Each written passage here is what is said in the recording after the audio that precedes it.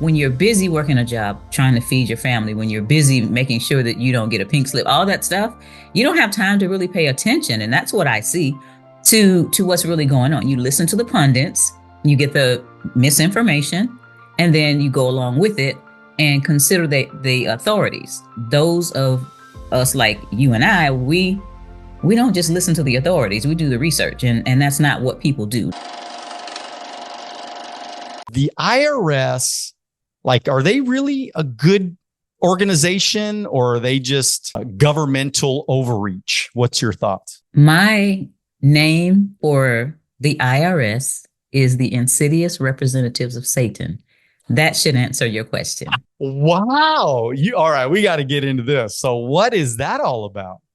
Well, think about it. You have money, your life resources are yours, and you should have the decision to help people or not help people, whatever. They're taking from you money that you could be using for your family, your parents, and doing things with it that we don't believe in.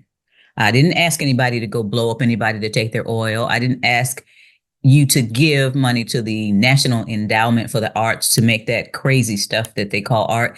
And you're wasting my life force by taking my money. So, if you go back in history, and I don't know, maybe you can educate us on this a little bit, but you go back in history, because I feel very similar to the way you feel, but I feel like America is here today because of a revolution. And that revolution was sparked by 1% tax on tea. So Yes. How did we go from 1% tax on tea to them taking half of my money? Manipulation and complacency. Daniel, this is crazy. It's like we don't have any representation. They represent themselves and their handlers, which is those powers that be, most of who we don't know. So we've gotten to this point because we've been made busy.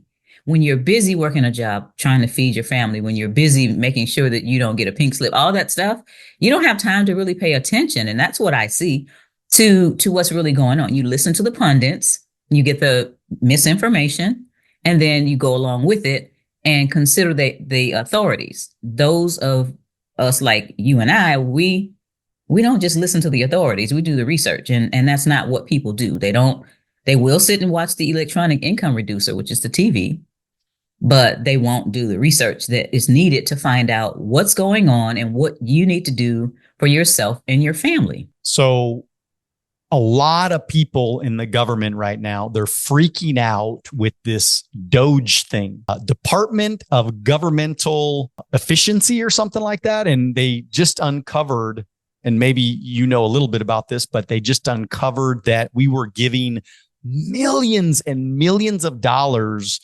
for just crazy stuff. I mean, like a transgender dance show or something like that in Panama or in Cuba or something like that. I mean, what is going on? Yeah, and millions of dollars to see how fast shrimp move on a treadmill. That's insulting to me, that you spent money that from people that don't have money, people that are on Social Security, people that have special needs. You took money and just plundered the United States, and it's been happening for decades, and it's time to stop. So I'm happy for any and all of the changes that take place with the Doge. And so, they're kind of freaking out right now because they're saying that there's potential that they're going to audit the IRS even. So what do you think is going to happen if they audit the IRS? I think they know that it's totally inefficient. And being someone that was on the inside, I know that the IRS is always going after the low-hanging fruit. So the people that were getting audited were not the larger corporations that may be doing all kind of things that weren't correct. It's mom and pop. They love their business. They're proud of it. And some of them have even had their businesses closed down because it came up with some large number for them to pay.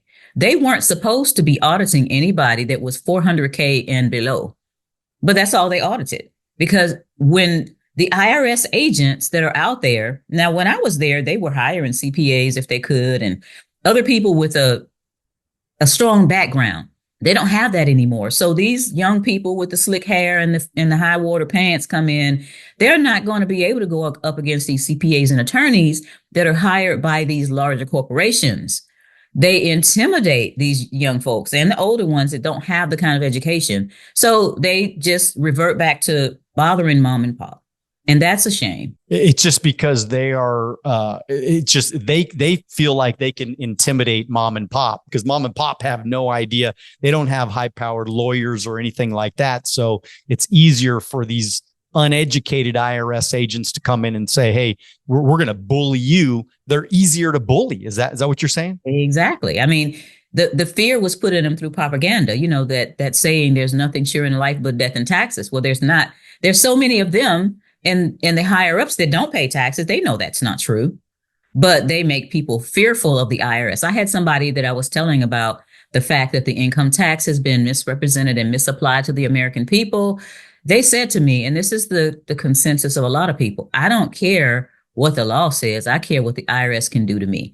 And, we need to grow a couple. We used to have a backbone in this country, but we don't anymore. And until we grow a couple, then, it's going to continue on. And so do you think that the IRS could ever be dismantled? I mean, what do you think about that proposal from the president? I have been preaching that whole scenario for years. And that's why I had my fight with the IRS, because again, we operated on impost, excise, duties, and tariffs for decades. And then the IRS came in undercover in the middle of the night on, Christmas Eve. And so did the Federal Reserve. This whole story has it's a scam based on the power elite to take money from us. There was a Federal Reserve chairman named Beardsley Rummel, and I think it was 1936. He wrote a whole treatise and said that income tax for revenue is obsolete. It's a transfer of wealth.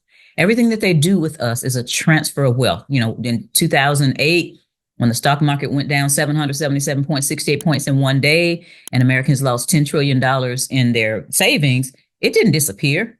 It was a transfer of wealth to the wealthy. And people just, shrug their shoulders and keep going. And I can't get with that group. I've got to be with people who really understand what's going on and have the gumption to make sure that their family is okay. But not only that, they're educating others that are listening. If you like this video and you want to watch another one, click right here. If you want to watch the entire podcast, click right here.